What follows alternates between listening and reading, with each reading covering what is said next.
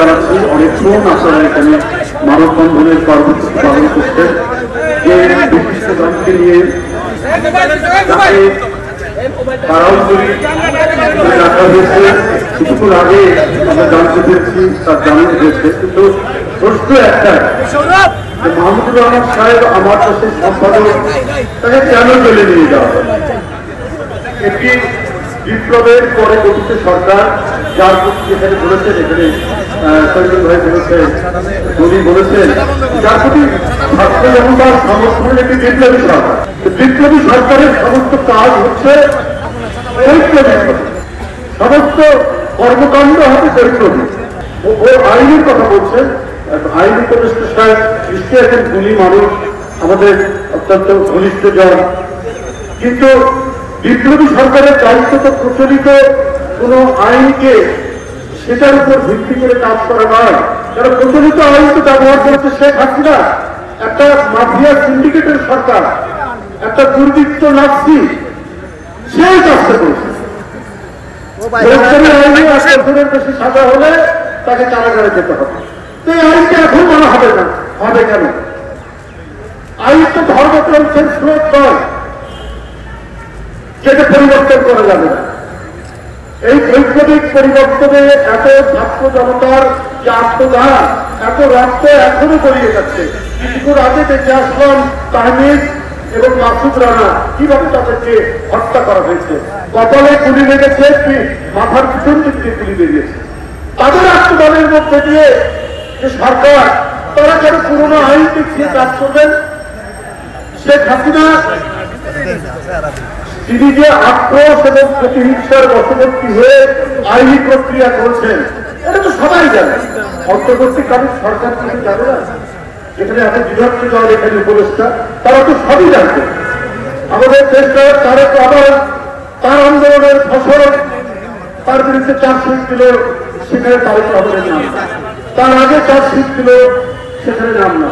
তাহার অন্তর্গত একজন অত্যন্ত স্লোগান দেওয়া ধরিদাস আয়োকে নিয়ে আসা হলো, যে তখন নৌকা মার্কা দিয়ে পোস্টার থাকছে তার এলাকা।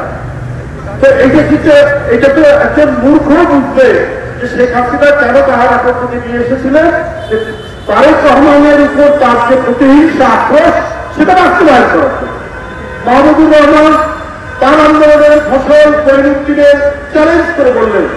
মঈনুদ্দিন নিজে বক্তৃতা করে বলছে যে বিদ্যুৎ খাত থেকে 20,000 কোটি টাকা পাচার করা হয়েছে। মাহমুদুর রহমান লিখলেন, আরে 5 বছরে তো 13,000 কোটি টাকা বাজেট ছিল বিদ্যুৎ খাতে, 20,000 কোটি টাকা লোক পাঠালো কি করে? সেদিক থেকে মঈনুদ্দিন চুপ। কিন্তু শেখ হাসিনা তো তার তো আক্রোশ পাবে।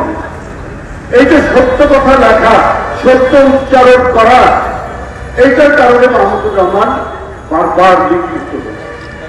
কিন্তু তাকে কোনোভাবেই যখন ধরা যাচ্ছে না, কোনোভাবেই তাকে মানে আটকানো যাচ্ছে না, তখন তার উপর শারীরিক আক্রমণ করা হয়, কুষ্টিয়াতে তাকে রক্তাক্ত করা হয়।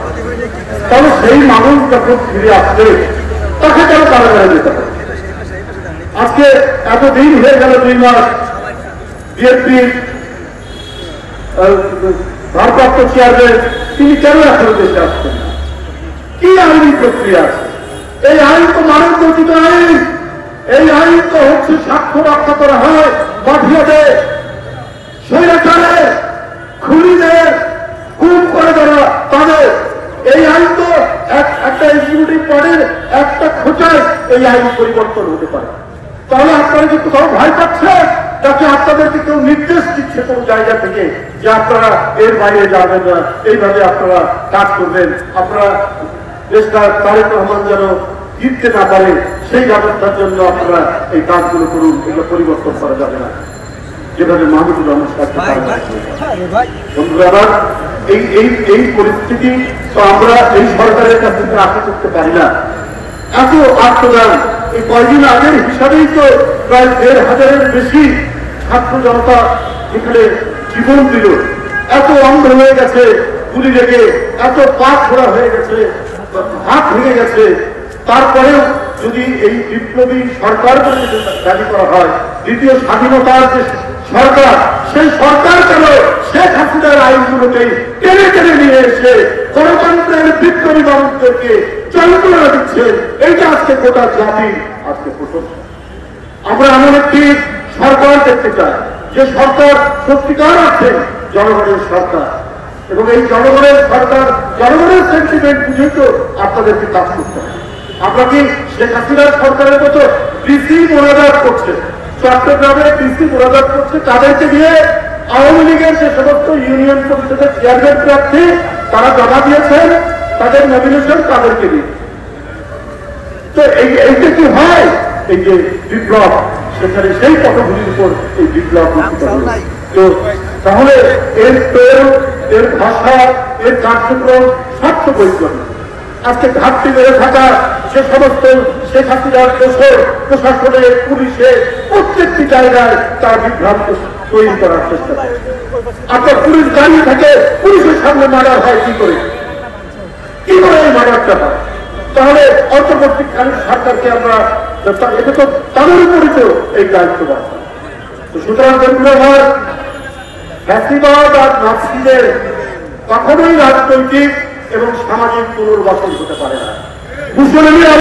আমাদের সকল সাংবাদিকের বিরুদ্ধে মিথ্যা এবং হয়রানিমূলক মামলা প্রত্যাহার দাবিতে আজকে এই প্রতিবাদ সমাবেশে সম্মানিত সভাপতি, বাংলাদেশ ফেডারেল সাংবাদিক ইউনিয়নের ভারপ্রাপ্ত সভাপতি জনাব ওবায়দুর রহমান শাহীন ভাই আমাদের মাঝে উপস্থিত রয়েছেন। বাংলাদেশের সাংবাদিকতার আন্দোলনের প্রধান ব্যক্তিত্ব আমাদের বাংলাদেশ ফেডারেল সাংবাদিক ইউনিয়নের সংগ্রামী মহাসচিব জনাব কাদের গরিব চৌধুরী উপস্থিত রয়েছেন। জাতীয় প্রেস ক্লাবের সম্মানিত সভাপতি এবং আমাদের একজন খ্যাতনামা কবি জনাব কবি হাসান হাফিজ উপস্থিত রয়েছেন। আমাদের এই আন্দোলন সংগ্রামের অন্যতম নেতা এবং ঢাকা সাংবাদিক ইউনিয়নের সংগ্রামী সভাপতি জনাব শহীদুল ইসলাম উপস্থিত রয়েছেন। সংগ্রামী সাধারণ সম্পাদক আমার বড় ভাই জনাব খুরশিদ আলম উপস্থিত রয়েছেন। বাংলাদেশ ফেডারেল সাংবাদিক ইউনিয়নের সহসভাপতি মহসিন ভাই, বাসির জামান ভাই সহ এবং ঢাকা সাংবাদিক ইউনিয়নের নেতৃবৃন্দ এবং আমাদের বিভিন্ন মিডিয়া থেকে আগত আমাদের সাংবাদিক ভাই বোন বন্ধুরা সকলকে আমি আমার বক্তব্য শুরুতে আমাদের সংগ্রামী নেতা জনাব রুহুল আমিন গান্ধী ভাই সদ্য প্রয়াত হয়েছেন, ওনার মাতৃহাত কামনা করছি, আল্লাহ যেন ওনাকে বেহেশত নসিব করুন। আমি বক্তব্যের শুরুতে আমি খুব সংক্ষিপ্তভাবে বক্তব্য দিব, আমাদের জাতীয় নেতৃত্ব বক্তব্য দিবেন। আমি যে কথাটি বলতে চাই আপনার মিডিয়ার কাছে খুব গুরুত্ব সহকারে বলতে চাই, দেখুন রাজনৈতিক বিবেচনায় মামলা প্রত্যাহার করবার জন্য, রাজনৈতিক নেতাদের মামলা প্রত্যাহার করবার জন্য বিভিন্ন উদ্যোগ গ্রহণ করা হচ্ছে। আমি ঢাকা সাংবাদিক ইউনিয়ন এবং বাংলাদেশ ফেডারেল সাংবাদিক ইউনিয়নের নেতৃবৃন্দের প্রতি আহ্বান জানাবো, আমাদের সারা বাংলাদেশের সাংবাদিকদের নামে যে মিথ্যা এবং হয়রানিমূলক যে মামলা হয়েছে সেই মামলাগুলোতে এক জায়গায় করবার জন্য আপনারা একটি সেল গঠন করুন, সেখানে সব জায়গায় সব মামলাগুলোকে এক জায়গায় করে আমরা সরকারের কাছে দিতে পারি যে এই মামলাগুলোকে আপনারা 10 দিনের ভিতরে বা 15 দিনের ভিতরে এই বিষয়ে ব্যবস্থা গ্রহণ করুন। আমার পয়েন্ট নম্বর 1, পয়েন্ট নম্বর 2 হচ্ছে যে আপনারা দেখেন যে আজকে সাংবাদিকদের যে নির্যাতন হত্যা হয়েছে, সাংবাদিকদের প্রতি যে কালো আইন তৈরি করা হয়েছে, ওনার ব্যক্তিতে যে নির্যাতন করা হয়েছে, সেই নির্যাতনের ছিটে ফোটাও কিন্তু এখনো শেষ হয়নি। আপনারা সমস্ত জায়গায় ওই সেই আকারের পেশায় বসে আছেন, আমাদের নতুন কোনো মানুষের চাকরি কিন্তু এখনো হয়নি।